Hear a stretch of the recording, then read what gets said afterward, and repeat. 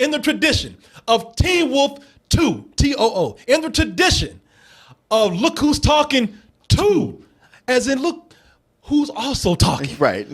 We have Think Like a Man 2, in case you weren't doing it before the first time. Yeah, that really makes no sense. I really enjoyed the first movie, man. First movie is based on a book by Steve Harvey. It was a self-help book. Yeah. And he was narrating certain chapters that were illustrated by the likes of Kevin Hart, Michael Ealy, what's that boy from 40 Year Old Romany Malco. Romany Malco. And Taraji P. Henson, Regina Hall, Gabrielle Union.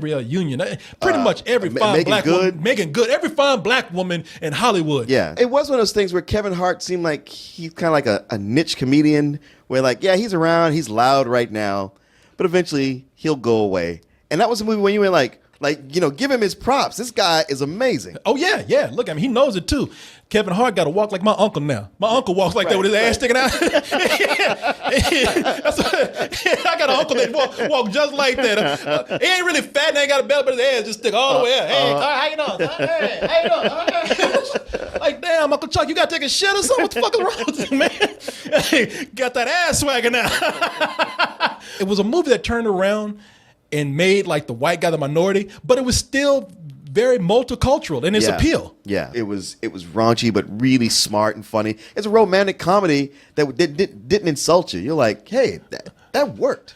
Kind of like the opposite of this bullshit right here. They didn't have an absolute fucking thing to say what so goddamn ever.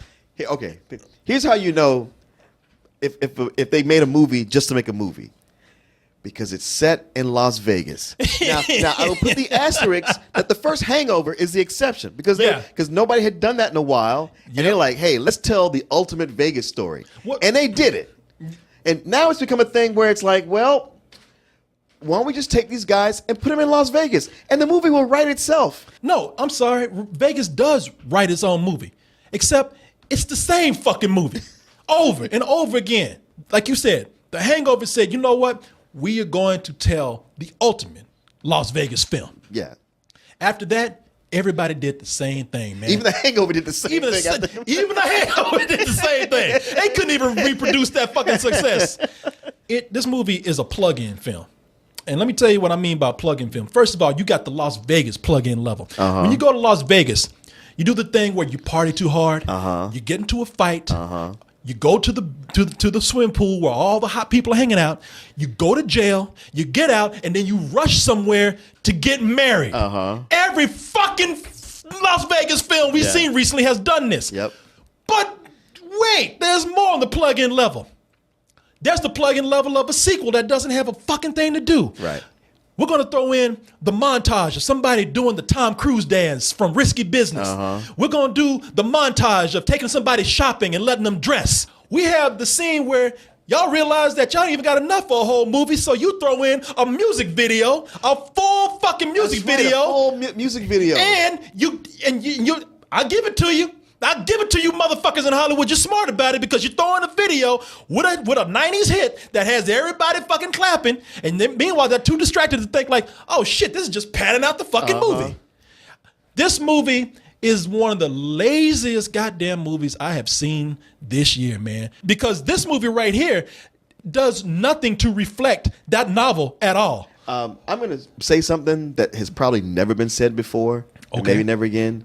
This needed more Steve Harvey. Steve Harvey came in to narrate the Think Like a Man and put it in chapters and put the movie in context. Yes, it gave it a context. It told you what was going on.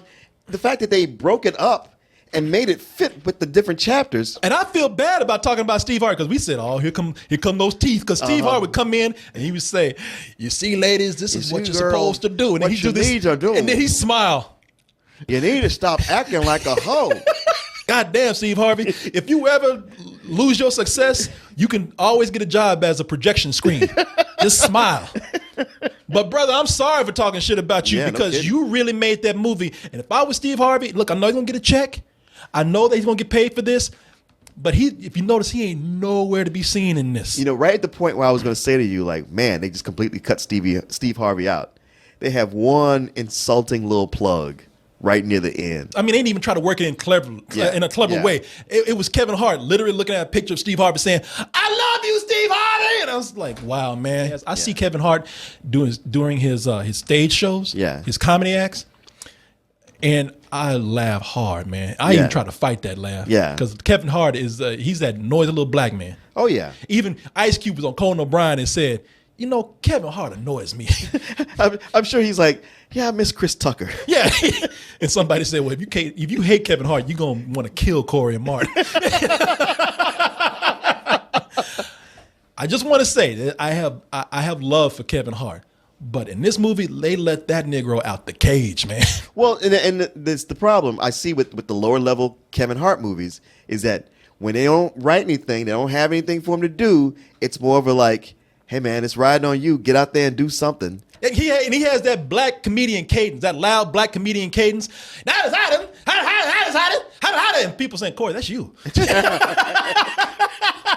What's the difference, man? Shit, people used to call me Sinbad, by the way. I forgot about that. Yeah. Kevin Hart, funny guy, good at improv, except when he absolutely has nothing to do. But the worst narrator in the world. Oh, yeah. I mean, I'll give y'all an example. Because this movie, near the end, it tries to pull out that whole, oh, yeah, we got to talk about love in this movie because the last movie did. At the end, they have all these soft moments where Kevin Hart, it narrates in between. And it's the most jarring thing. You'll get two people. "I love you. I love you too." So you see, people, you gotta work out your relationship. And if you were ever asleep, you'd be like, I'm awake, shit. Another reason why I can't stand Kevin Hart right now in this movie, because Kevin Hart right there looks like a girl I used to fuck. Oh, that's bad. Yeah, look, I mean, just like that.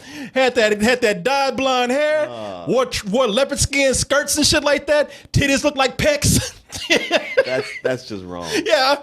Sorry, brother. I know some things you just don't need to know about me. But I just find them all out here. I feel very close to you and I need to share with you sometimes. I just wanted you to know, man. Share less. You my friend, Let's man. not be so close.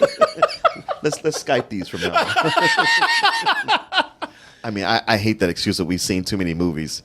But maybe we have, because I kept picking out scenes from this movie that I've seen in other movies, better movies, in other black better movies. Like, there's a lot of it that's just swipe whole cloth from Jumping the Broom. I'm like, damn, that movie's not even that old, and y'all are just shameless about it.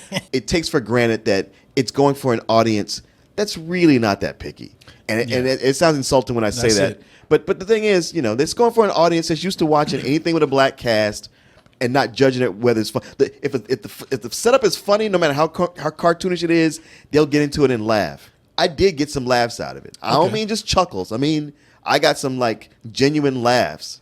Mm-hmm. But you over there giggling at that Kevin Hart shit. I saw you. Oh, I was. I mean, you know, Kevin Hart has a way of improvising and seeming like a real person. Yeah. At least that we know, because he'll look at somebody and you don't know if he was acting, right? Or if he was saying like, "Shit, man, get the fuck out the way," you know. And it's like, that's funny to me. I know people like that. The fact that I got some laughs is enough for me to give it a rental.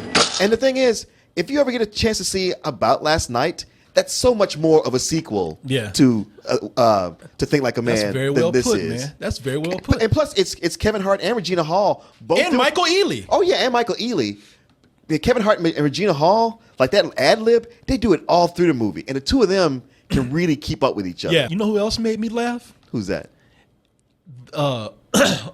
Dennis Haysbert in the bitch mother-in-law. Yeah. Because he was macking hard on her. He was. Like he was going to fuck her no matter what. Right. Like they would go out and he come in with that voice. He's like, "You're in good hands with all dick."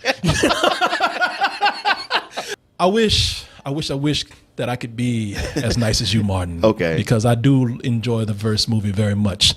But I'm going to give this movie. So, and just in case you can't hear me, I'm going to do it in my best black comedian voice. I'm going to give this some bullshit. Some bullshit.